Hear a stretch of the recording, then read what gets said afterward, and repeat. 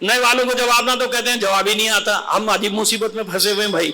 صلوات بھیجیے محمد آل محمد پر.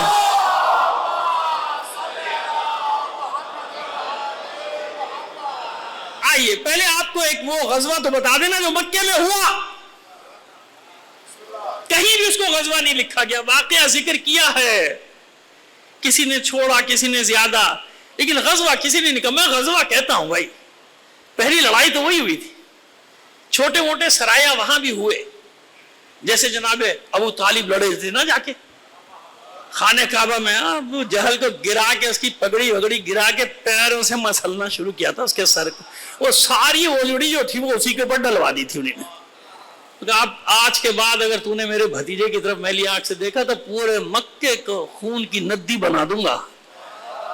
ایسی دہشت چھا گئی. اس واقعے کے بعد سے, اس کو میں سرایا کہتا ہوں, سرایا میں شامل کرتا ہوں, اس کے بعد سے کسی کی ہمت نہیں تھی, کسی کی ہمت نہیں ہوتی تھی کہ حضور کی طرف اس طرح سے میلی آنکھ سے دیکھے. تو 2-3 راستے انہوں نے اختیار کیے تھے, جنہوں نے مجھ سے سنا بھی ہوگا تو 22-23 سال پہلے سنا ہوگا, لیکن اب کیونکہ یہ غزوات کا ذکر آ گیا تو اس لیے اس کو لے کر چل رہا ہوں. تو اس نے کہا کہ یہ جتنے بھی تھے, اب یا کوڑا پھینکوا دیا, یہ آوازیں کسنی شروع کر دی, یا پیچھے بچوں کو لگا دیا ہے نا, بچوں کو لگا دیتے تھے نا پیچھے, بچوں کو پیچھے لگا دیا, وہ کنکر مار رہے ہیں, برا بلا کہہ رہے ہیں. تو ایک بار ایک کنکر آپ کے پیشانی مبارک پہ لگا.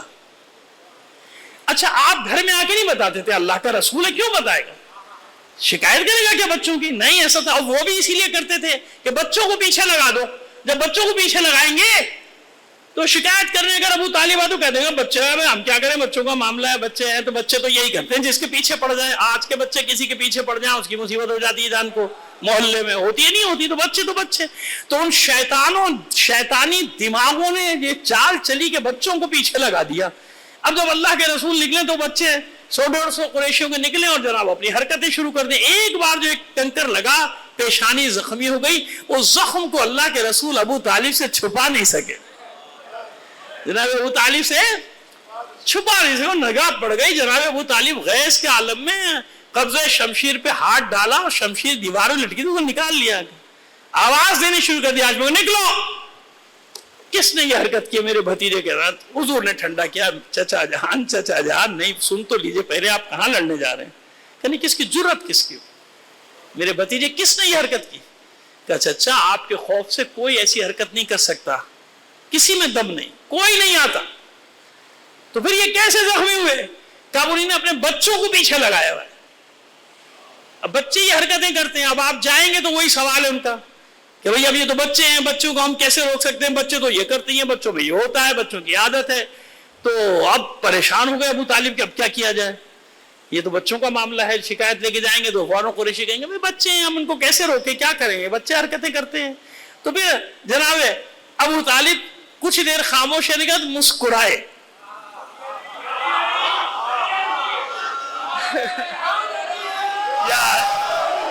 مسکراہٹ لوگوں پہ کہ اچھا علی کہاں ہے, علی بلاؤ. علی آ گیا. کہا اچھا اے میرے بھتیجے, کل سے ہمارا بچہ بھی تمہارے ساتھ جائے گا. اب بچوں کا معاملہ ہے نا, بچوں کا معاملہ ہے نا, اب تو کل ہمارا بچہ بھی تمہارے ساتھ جائے گا. علی کو سمجھا دیا بیٹا خیال رکھنا, علی خیال رکھنا, اپنے بھائی کا خیال رکھنا, دیکھو کوئی شرارت نہ کرنے پایا. علی تو اب سمجھ میں آیا. اب ایک بات اور بھی سمجھ میں آ گئی, بار بار چلاتے ہیں اس طرف سے اس طرف سے کہ علی تو بچے تھے, ایمان لائے, علی تو بچے تھے. اور علی کو بچے ہی ہونا تھا, مشیت الہی اس میں تھی, ورنہ قریش کا یہ غزوہ کون لڑتا جو علی نے لڑا تھا. علی جوان ہوتے تو سب یہی کہتے نا کہ علی تو جوان تھے, بچوں کو مارا. تو اس میں بھی یعنی بہت سارے پہلو ہیں. ایک پہلو یہ بھی ہے کہ علی کو 8-9 سال کا ہی ہونا چاہیے تاکہ جب نکلے دوسرے دن تو علی بھی ساتھ.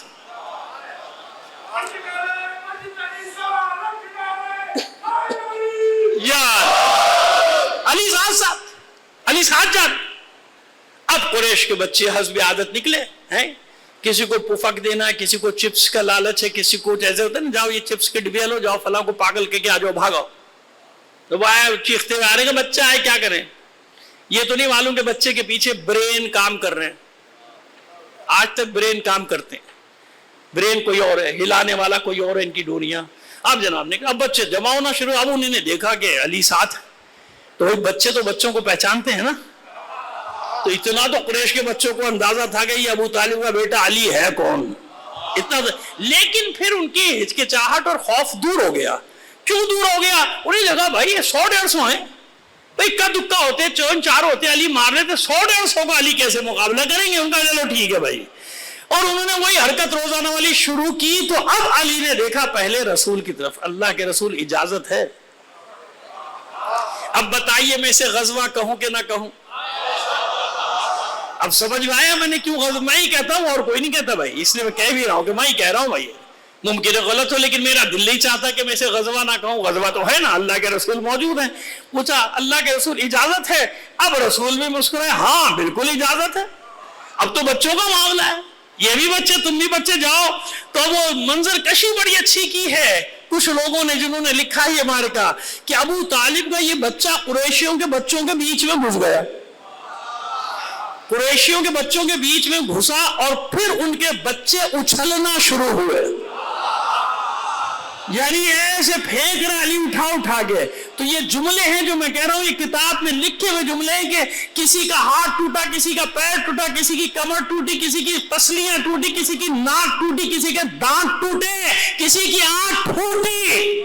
تو یہ سب چلاتے ہوئے زخمی حالت میں دوڑے, فرار ہوئے میدان چھوڑ کے, اور جا کے اپنی ماں کی گود میں گھسنے لگے. اور جانتے کیا کہتے تھے؟ یا قزیمو, یا قزیمو, یا قزیمو. قزیم قاف زواد یہ نیم, قزیم کا معنی ہے ہڈیاں توڑنے والا. تو علی کا اتنے القابات ہے نا, ایک لقب مار کھانے والوں نے بھی دیا ہے, علی کا ایک لقب ہے القزیم, جو ہڈیاں توڑ دیتا ہے دشمنوں کی. صلوات بنی محمد آل محمد پر. وہی بات, اب یہ القزیم چلا رہے, ماؤں نے بھی مارنا شروع کیا, ہاتھ مار رہے تھے بدبختوں. کون قزیم, کیا ہوا کیا تمہیں؟ قزیم چلا رہے. کب وہ ابو طالب کا بیٹا, اس نے ہماری ہڈیاں توڑ دی. اب سارے قریشی جمع ہوئے, میرے بیٹے کی ٹانگ ٹوٹے, میرے بیٹے کی پسلیاں ٹوٹے, میرے ہاتھ ٹوٹے, ناک ٹوٹ گئے, منہ ٹیڑھا ہو گیا اس کے 4 دانت ٹوٹ گئے, کسی کی سماعت بند ہو گئی, ایسے زور سے پھینکا انہوں نے, بھائی یہ سب ہو گیا, اب کیا کر, چلو جمع ہوا, چلو بتا. ایک تو تھا, انہوں نے کہا بھائی کہاں جا رہے ہو, کدھر جا رہے ہو؟ کہا ابو طالب کے پاس. کیا کہو گے اس سے, کیا شکایت کرو گے کہ اس کے ایک بچے نے تمہارے 150 کو کوٹ دیا؟ ہاں بھائی اب یہی زبان سمجھ میں آتی ہے آج کے بچوں کو, وہ والی تو سمجھ میں نہیں آتی, پرانی والی سمجھ میں. صلوات بھیجیے محمد آل محمد پر. کیا شکایت, یہ شکایت لے کے جاؤ گے, یہ کیا تمہارے ایک کے ساتھ؟ اور وہ بھی تو جواب میں یہی کہے گا بچوں کا معاملہ ہے, اور شرم آئے گی تمہیں یہ کہتے ہو کہ تیرے ایک نے ہمارے 150 کا حشر نشر کر دیا ہے. اب لہذا سب بلبلا کے بیٹھ گئے. تو اب سمجھ میں آئے میں کیوں اس کو غزوہ کہتا ہوں. یہ مکے کا وہ پہلا غزوہ ہے, وہ بھی علی نے فتح کیا. جتنے بھی غزوات ہیں آخر میں علی علی علی نکلے گا. صلوات بھیجیے محمد آل محمد پر. اور جن کو یقین نہیں آتا تھا وہ ابھی یقین کر لیں علی کی مدد پہ. تو بلاؤ, کہا علی تمہاری مدد کرتا ہوں, یا علی مدد کرتا ہوں, کہا وہ ایکسیڈنٹ بھی ہو گیا, یہ وغیرہ. کہا بھائی ہمیں بھی معلوم ہے جب علی کی مدد آئے گی تمہیں خود بخود نظر آ جائے گی. اب پوری دنیا نے دیکھ لیا کہ علی کیسے مدد کرتا ہے. ہم تو سب اسی طرح پلٹاتے ہیں نا اپنے مولا کی طرح, حیدر حیدر کے نعرے لگتے رہے 100 دن سڑکوں پہ, سنتے رہے نا آپ, دیکھتے وہ حیدر حیدر کرتے رہے, اور حیدر ان کو بچاتا رہا. حیدر ان کے سر پر تھا, اس کا سایہ فگن تھا وہ حیدر. ایک صلوات بھیجیے محمد آل محمد پر. آئیے اب آپ کو ادھر لے کر آتے. تو 1 سال یہ ایسے گزرا, باقی بچے کتنے؟ 9 سال. 9 سال ہے نا, 9 سال میں 80-82 غزوے اور سرایا. وہ بھائی ذرا تقسیم تو کر لو, کوئی مہینہ ایسا نہیں گزر رہا جس میں کوئی غزوہ یا سرایا نہ ہو, کوئی مہینہ. اور آنا جانا بھی تو رکھو نا. اب میں نے کہہ دیا غزوہ بدر تو 1 دن کی بات تو نہیں ہے, ہفتہ 10 دن تو لگے جنگ میں. خیبر خندق سب کچھ دن بھی تو رکھو نا. 82 سرائے تو آپ ذرا اندازہ لگا لو کہ کیا کس طرح سے ہر 15 دن 16 دن بعد چلو پھر لڑو. اب آپ ایک طرف یہ دیکھیں کہ 9 سال میں 80 سے زیادہ جنگیں، غزوات بھی اور سرائے بھی، اس 9 سال میں تبلیغ، اس 9 سال میں سسٹم کو مضبوط کرنا، اس 9 سال میں کچھ چہروں کو نقاب کے اندر رہتے ہوئے بھی بے نقاب کرنا، اس 9 سال میں قدم قدم پر اپنے بعد نظام چلانے والوں کی نشاندہی کرنا کہ میرے بعد کون، اس کے بعد کون، اس کے بعد کون، اس کے بعد کون۔ اس 9 سال میں لوگ کہتے ہیں کہ بھائی اس کے بعد اسلام کامیاب کہاں ہوا، چلے نہیں، اور خدا کے بندو وہ 9 سال اٹھا کے پڑھو اللہ کے رسول کے مدینے کے، اس 9 سال میں ایسا سسٹم دے گئے کہ اگر وہ اللہ کے رسول نے سسٹم نہ بنایا ہوتا تو نشان بھی نہیں ہوتا، یہ فرقے بھی نہیں ہوتے۔ ایک سسٹم اتنا مضبوط کر دیا کہ میرے بعد چلانے والا ہوگا، راستے میں صدیاں جتنی چاہے گزر جائے، لیکن ہر زمانے میں جب بھی اس سسٹم پر یعنی اسلام پر حملہ ہوگا، پوری دنیا دیکھ لے گی کہ بچانے والا ہے کون۔ اور یہ ہم نہیں، اب دوسرے بھی کہہ رہے ہیں، اور میں نے مسلسل سنا، میں نے تو خیر بہت پہلے کہہ دیا تھا، پہلے دن ہی کہہ دیا تھا، جب مجھے کسی چینل نے لائیو لیا بھی کہتا، میں نے کہا اطمینان رکھو اور دعا کرو کہ نظام نہ بیٹھ جائے۔ یاد رکھنا اگر خدا نہ کرے جمہوری اسلامی کو شکست ہوئی نا بیٹا جی، تو تم میں کوئی بھی نہیں بچے گا، ایک بھی نہیں بچے گا۔ کیوں؟ یہ وہ بھی جانتے ہیں کہ اگر کوئی سب سے بڑی رکاوٹ ہے تو وہ جمہوری اسلامی ہے، اور آج بھی سب نے دیکھ لیا کہ اس جمہوری اسلامی نے اپنے آپ کو نہیں، سب کو بچا لیا، تمہاری عزتوں کو بچا لیا۔ ایک جمہوری اسلامی نے کیوں سسٹم لے کر چل رہے ہیں، وہ خالی نعروں پہ نہیں چل رہے تھے۔ صلوات بھیجیے محمد آل محمد پر۔ آئیے اب سمجھ میں آ رہی ہے بات؟ تو وہ چین سے جینے نہیں دینا چاہ رہے تھے۔ دیکھیے مدینے میں 3 بڑے بڑے گروہ تھے حضور کے آنے سے پہلے، تشریف لانے سے پہلے 3، بنی اوس، بنی خزرج اور یہودی، ٹھیک ہے نا؟ اوس و خزرج سگے بھائیوں کی اولاد تھے، ایک بھائی کا نام تھا اوس، ایک کا نام تھا خزرج، اسی کا تھا بنی اوس و بنی خزرج، اوس و خزرج سگے بھائی۔ ان کی ماں کا نام تھا قیلہ، بنی اس لیے کہلاتے تھے بنی قیلہ۔ جو زمانے میں مشہور ہستی ہوتی ہے اسی کے نام سے پھر چلتا ہے نا سلسلہ۔ عربوں میں ایک قاعدہ اور بھی بتا دیں کہ جب کسی کو بہت ہی زیادہ عزت دینی ہوتی ہے جب بھی ماں کے نام سے پکارا جاتا ہے، عجیب بات ہے، اور جب کسی کی بہت زیادہ پستی کی طرف اشارہ کرنا ہو جب بھی ماں کے نام سے۔ یہ خود بخود ایک قاعدہ بن گیا کہ لوگ نام سن کے سمجھ جاتے ہیں کہ یہ عظمت کے لیے ہے یا ذلت کے لیے۔ تو اوس و خزرج کو جب بنی قیلہ کہا جاتا تھا تو یہ عظمت کا نشان تھا، کیونکہ وہ اپنے زمانے کی بہت مشہور بہادر خاتون تھی قیلہ۔ تو بنی قیلہ ان کو شرم نہیں آتی تھی، لیکن اس کے مقابلے میں جب کسی اور کو کہا جاتا تھا تو فلاں کا بیٹا، تو وہ گالیاں دیتا تھا، تو ماں کے نام سے کیوں پکارتے، میرے ابا کے نام سے کیوں نہیں پکارتے؟ کہا ہمیں پتہ ہی نہیں وہ تیرا ابا ہے بھی کہ نہیں، ہمیں کیا پتا۔ صلوات بھیجیے محمد آل محمد پر۔ اور مثال دے دیں آج سب بالکل آسان۔ جب اولاد فاطمہ تو کہا جاتا ہے بنی زہرا، یا کوئی پکار کر کہتا تھا امام حسن کو یبن زہرا، تو یہ کیا تھا؟ عظمت کی علامت۔ کیوں؟ زہرا سب جانتے نا، رسول کی بیٹی، یبن زہرا، یبن فاطمہ زہرا، ہے نا ایسا؟ تو یہ بنی زہرا کے لیے لقب تھا، عزت اور عظمت کی علامت کہ ہم فاطمہ زہرا کی اولاد ہیں، یعنی ہم اولاد رسول۔ سمجھ میں ہے؟ اسی مقابلے میں یہی معصوم جب کسی کہتا ہے یبن زرقہ، چشم نیلگوں والی کے بیٹے، تو پوری دنیا جانتی تھی کہ امام کہہ کیا رہے اس کو، اور وہ بھی چڑھتا تھا کہ مجھے ماں کے نام سے تو نہ پکارے کم سے کم، کیونکہ جانتے تھے کہ اس کی ماں کیا ہے۔ تو اب سمجھ میں آیا؟ ایک ہی لفظ، جیسے مولا، آقا بھی کو بھی کہتے ہیں، غلام کو بھی، اور بہت سارے اس کے معنی ہیں، لیکن میں نے اشارہ کر دیا کہ اب سمجھ میں آ گیا کہ جب ماں کے نام سے پکارا جاتا ہے تو یا انتہائی عظمت کے لیے یا انتہائی ذلت کے لیے، اور سننے والا خود سمجھ جاتا ہے کہ جب کہا جائے گا یبن زہرا تو ہر سننے والا جانتا ہے کہ عظمت ہی عظمت، عظمت ہی عظمت، عظمت ہی عظمت، اور جب کہا جائے گا یبن فلاں اب فلاں کی جگہ آپ اپنا جو بھی ناپسندیدہ نام رکھنا ہے رکھ لیجئے، پوری اجازت ہے. صلوات بھیجیے محمد آل محمد پر. ایک بار اور صلوات بھیج دیجیے گا. آئیے، میں نے آج بہت ویسے ہلکا ہاتھ رکھ رہا ہوں تاکہ میں کل آسانی سے آپ کو مطلب پہنچا سکوں. ایک تمہید میں بنا رہا ہوں. اب آپ کو سمجھ میں آئے کہ اب یہ سازشیں ہو رہی تھیں، اوس و خزرج میں لڑائی، زبردست دشمنی. آپ جانتے ہیں کہ 400 سال بھی کہتے ہیں لوگ، یعنی صدیوں تک لڑائی چلے. واللہ عالم یہ 400 سال صحیح ہے، کم ہے زیادہ ہے، اسے اندازاً کہا جاتا ہے کہ 4 صدیوں تک ان کی لڑائی خونریز، اتنی خونریزی کہ یہ خود بھی تنگ آ گئے تھے، لڑتے تھے اور روتے تھے، کیونکہ لڑنا ضروری تھا، قبیلے کا معاملہ ہوتا تھا.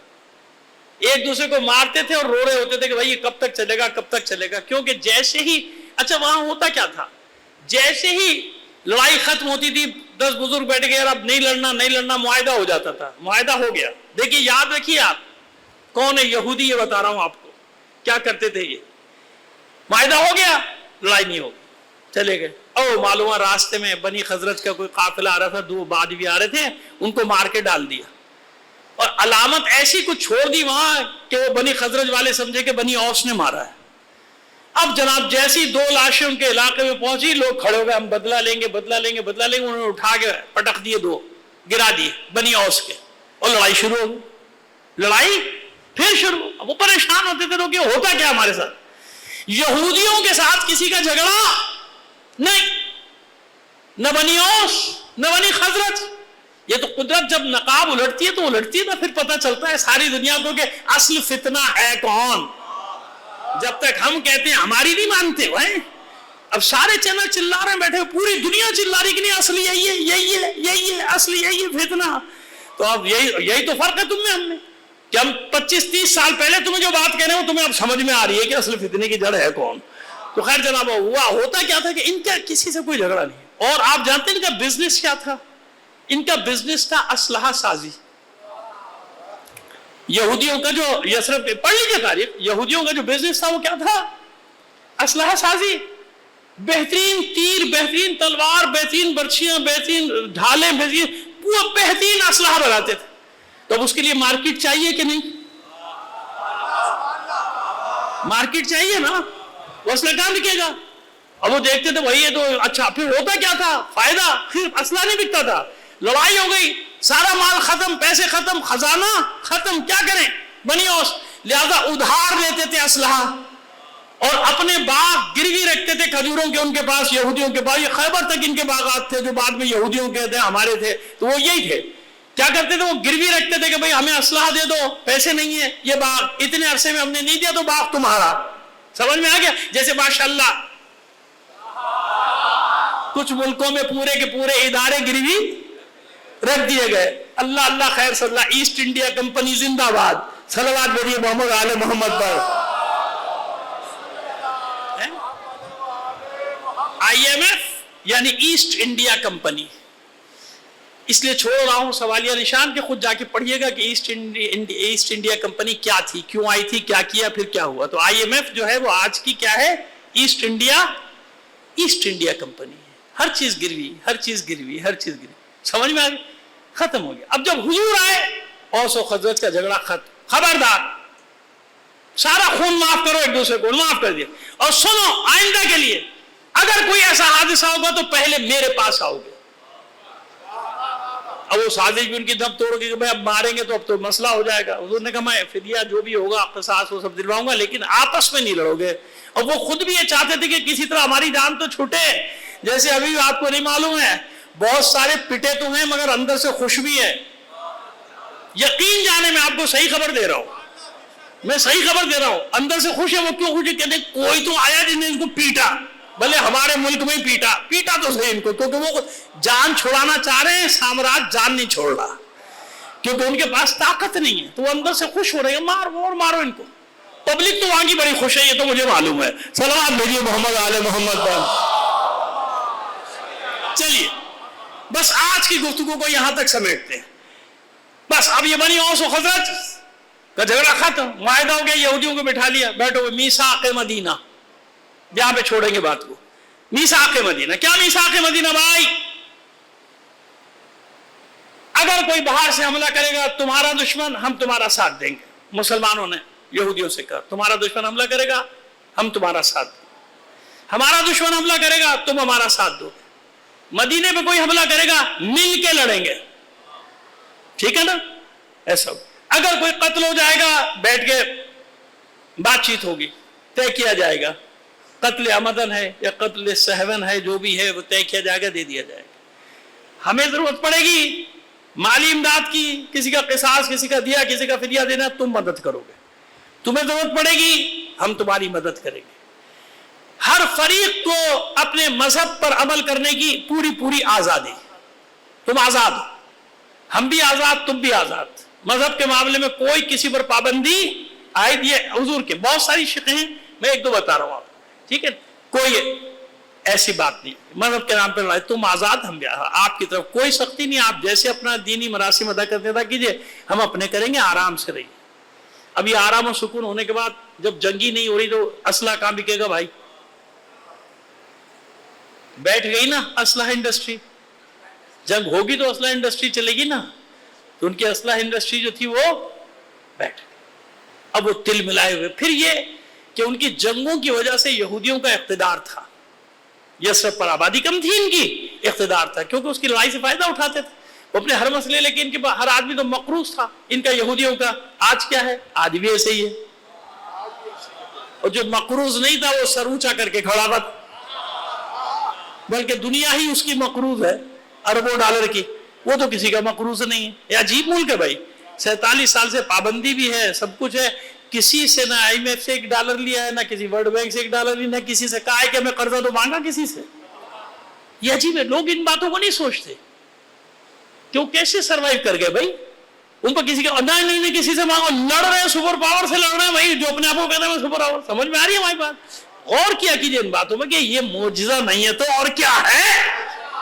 کہاں تلاش کر رہے ہو معجزوں کو؟ یہی تو معجزہ ہے کہ ذلیل و رسوا کر کے رکھ دیا دنیا کی سب سے بڑی طاقتوں کو, کہ وہ اور تھے جہاں تم گھستے رہے. اپنا جملہ بار بار کہنے میں مجھے بڑا مزہ آتا ہے, وہ اور تھے 39 دن والے اور تھے, 40ویں دن والے اور ہوتے ہیں.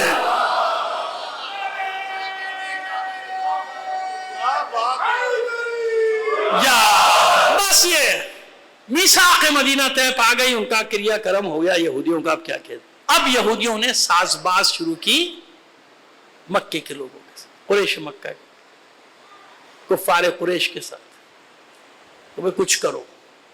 اب یہ حرکتیں شروع ہوئی جس کو کہتے ہیں سرحدی جھڑپیں, چھیڑ چھاڑ, جن کو کہتے ہیں کہ مسلمان جاتے تھے ان کے قافلے لوٹتے تھے. ہاں, ان بدماشوں کے قافلے کوئی لوٹے گا؟